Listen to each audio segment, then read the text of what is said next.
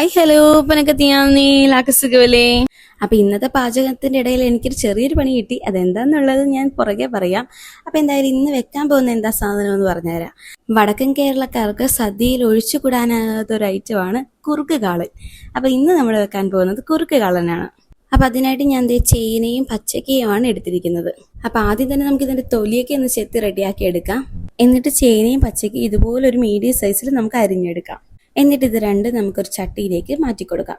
ഒപ്പം ഇതിലേക്ക് ഒരു അല്പം മഞ്ഞൾ പൊടിയും മുളക് പൊടിയും കുരുമുളക് പൊടിയും അല്പം ഉപ്പും കൂടി ചേർത്ത് കൊടുക്കാം. ഇതിലേക്ക് വേവാൻ ആവശ്യത്തിന് വെള്ളവും കൂടെ ചേർത്ത് നമുക്ക് വേവിക്കാൻ വെക്കാം. അപ്പൊ തുടക്കത്തിൽ ഞാൻ പറഞ്ഞില്ലേ എനിക്കൊരു പണി കിട്ടിയെന്ന്.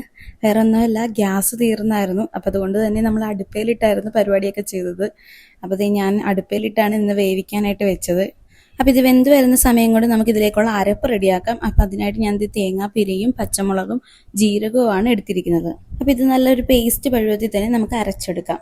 അപ്പൊ ഞാൻ അടുപ്പിലോട്ട് വെച്ച നേരം കൊണ്ട് ഉണ്ണിയുടെ വീട്ടിൽ നിന്ന് അപ്പച്ചൻ ഗ്യാസുമായിട്ട് വന്നിട്ടുണ്ടായിരുന്നു.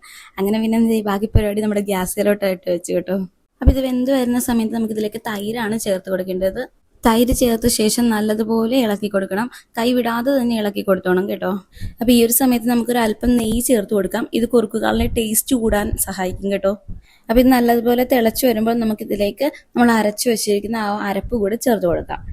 എന്നിട്ട് ഇത് നല്ലതുപോലെ തിളച്ചു വരുമ്പോഴേക്കും നമുക്കിത് ഓഫാക്കിയിട്ട് ഇതിനേക്കുള്ള താളിപ്പ് റെഡിയാക്കാം.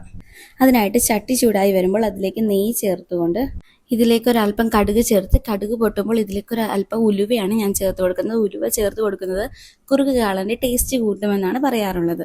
ഇനി ഇതിലേക്ക് വറ്റൽമുളകും ഒരു തണ്ട് കറിവേപ്പിലയും കൂടെ ചേർത്ത് നമ്മൾ നേരത്തെ തയ്യാറാക്കി വെച്ചിരിക്കുന്ന ആ ഒരു കൂട്ടിലേക്ക് ഇത് ചേർത്ത് കൊടുക്കാം. അങ്ങനെ നമ്മുടെ കുറുക്ക് കാളൻ ഇവിടെ റെഡി ആയിട്ടുണ്ട്. അപ്പൊ ഇതെല്ലാവരും ഒന്ന് ട്രൈ ചെയ്ത് നോക്കണം. അടിപൊളി റെസിപ്പിയാണ്, നമുക്ക് എല്ലാവർക്കും ഇഷ്ടപ്പെടുന്ന ഒരു റെസിപ്പിയാണ്. അപ്പൊ അതുകൊണ്ട് നിങ്ങൾ തീർച്ചയായും തയ്യാറാക്കി നോക്കുക. അപ്പൊ നമ്മുടെ മൈ ഓണം കിച്ചൺ എന്ന സീരീസിലെ 7ാമത്തെ സ്പെഷ്യലായ കുറുക്ക് കാളൻ നിങ്ങൾക്ക് എല്ലാവർക്കും ഇഷ്ടപ്പെട്ടെന്ന് വിചാരിക്കുന്നു. ഇഷ്ടപ്പെട്ടെങ്കിൽ ലൈക്ക് തരിക. ഒപ്പം ഇതുപോലെയുള്ള റെസിപ്പികൾ അറിയുന്നതിന് നമ്മുടെ ചാനൽ ഒന്ന് സബ്സ്ക്രൈബ് ചെയ്യുക. എന്തെങ്കിലുമൊക്കെ അഭിപ്രായങ്ങൾ ഉണ്ടെങ്കിൽ അതും കൂടി നിങ്ങളൊന്ന് പറയുക. അപ്പൊ എല്ലാവർക്കും tata bye bye, see U.